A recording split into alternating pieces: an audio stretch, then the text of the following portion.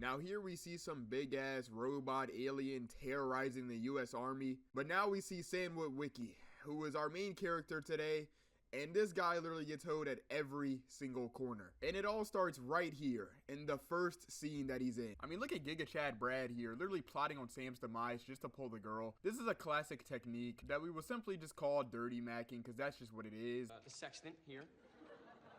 $50 for this, which is a bargain. Ah, there it is. On top of everything else, he's broke. Well, at least broke enough to sell off his grandfather's stuff, which is actually very cool and very valuable, but to each their own, I suppose. Then he starts begging the teacher to change his grades so his father can buy him a car, which ends up working, but honestly, this is like one of his 3 wins in this entire movie. Got a little surprise for you, son. No, Dad! Oh, you gotta be kidding me. Yeah, I am. You're not getting a Porsche? Jesus Christ. After getting trolled by his father for absolutely no reason, we at least get to meet the best character in this entire franchise. Uncle Bobby B, baby.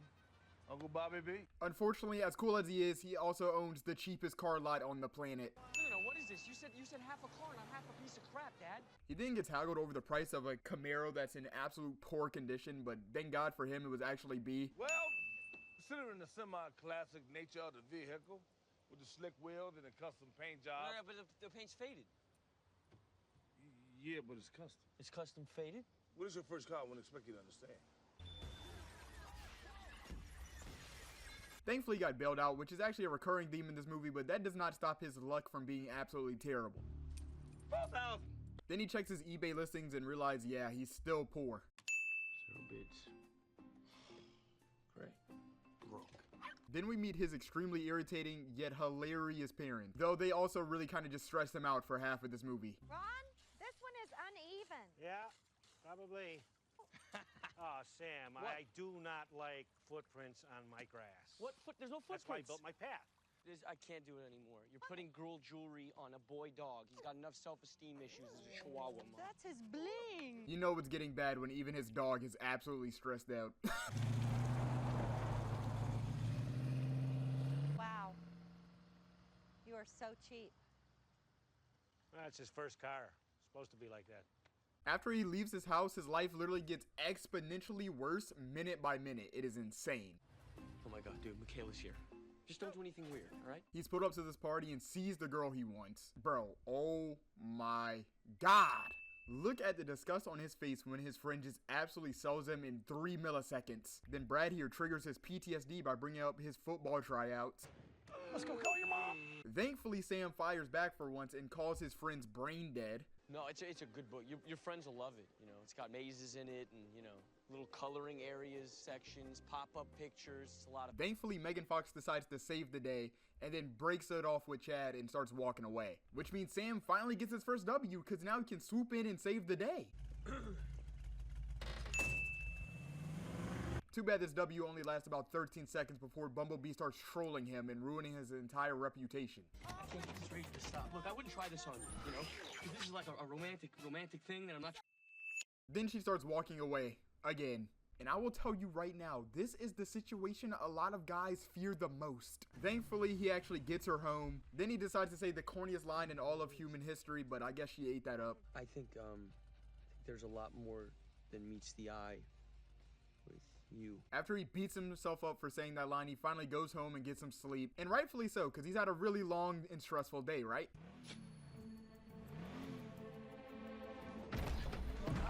No.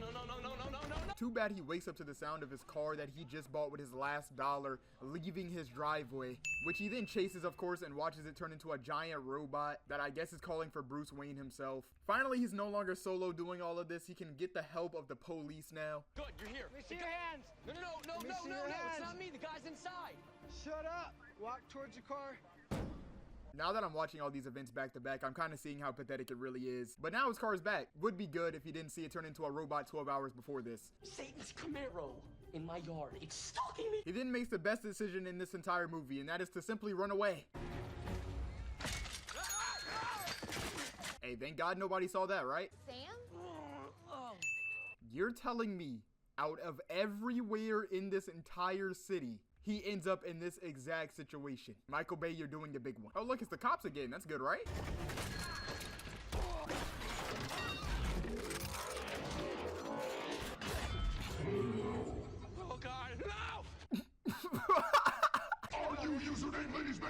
217! Yeah? Where is the eBay item 21153? Where are the bosses? So you're telling me he's being chased, targeted, run down, and having his life destroyed by alien robots because he was trying to get enough bread to take a girl out. At the end of the day, I cannot name a more tragic character off the top of my head. At least Megan Fox is here to save the day twice. Yeah, alright. At least Bumblebee is here to bail him out again. Get in!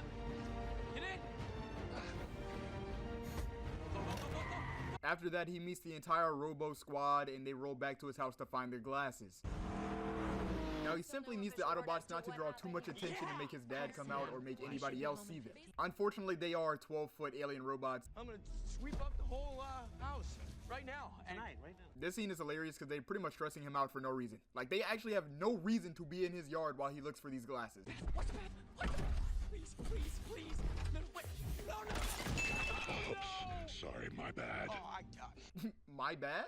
Alright. At least the Autobots are staying out of the way and very hidden while he's looking for these glasses. No. No. No, no, no. This isn't hiding. This has to be the funniest singular frame in this entire movie. Now, of course, he was making too much noise scrambling around in his room, so his parents come to check on what's going on. I'm a child, a teenager. I will say, regardless if you have something to hide or not, this is one of the most stressful situations of all time. There is literally nothing on this planet I hate more than this happening. Look, you can't just bounce into my room like that. You gotta knock, you gotta communicate, okay? Pete's sakes, you are so defensive. Were you masturbating? Yeah, I would have jumped. I'm not gonna lie. I would have jumped. Then we get to meet one of Sam's biggest haters in this entire movie. Sector 7. Never heard of it. Never will. Because of his contact with the Autobots, this guy goes and bags his entire house. Bingo! Tag him and bang him. You hurt my dog! I'll kick your ass! Getting a sample on that vegetation. After getting arrested by this guy, Optimus comes and bails out the whole crew. You a-holes are in trouble now.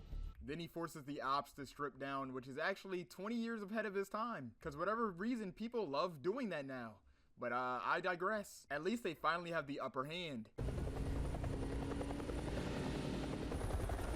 Well, I mean, I guess they had it for about 3 minutes. Time to run again, though. Fortunately, they found a great hiding spot under a bridge. That was until Michaela actually loses her grip.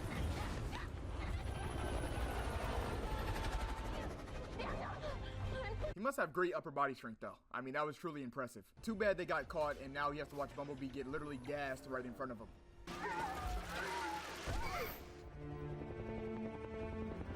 Regardless, after a lot of plot that I'm not going to cover because it's really not too important to this video, we end up in the infamous Battle of LA, which ruins Sam's life forever. And this battle starts pretty interestingly.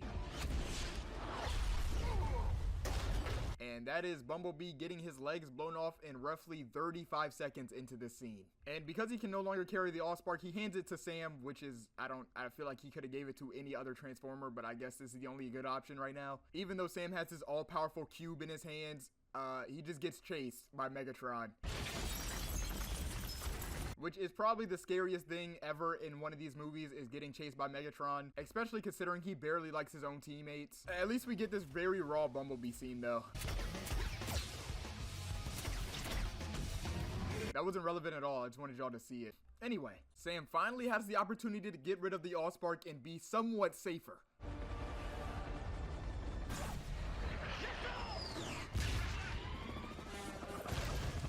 I mean, you just can't make that up.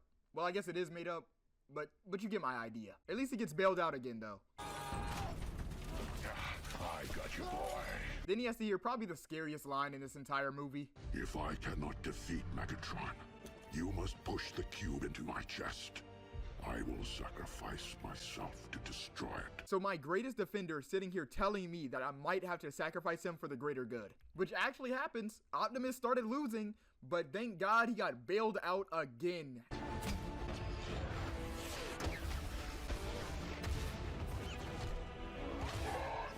You couldn't convince me otherwise that some of these scenes are not like propaganda for the military, but I digress. I mess with y'all, America. Thankfully, Prime gets off this illegal chop block, which gives Sam just enough time to become the smartest entity in this entire series.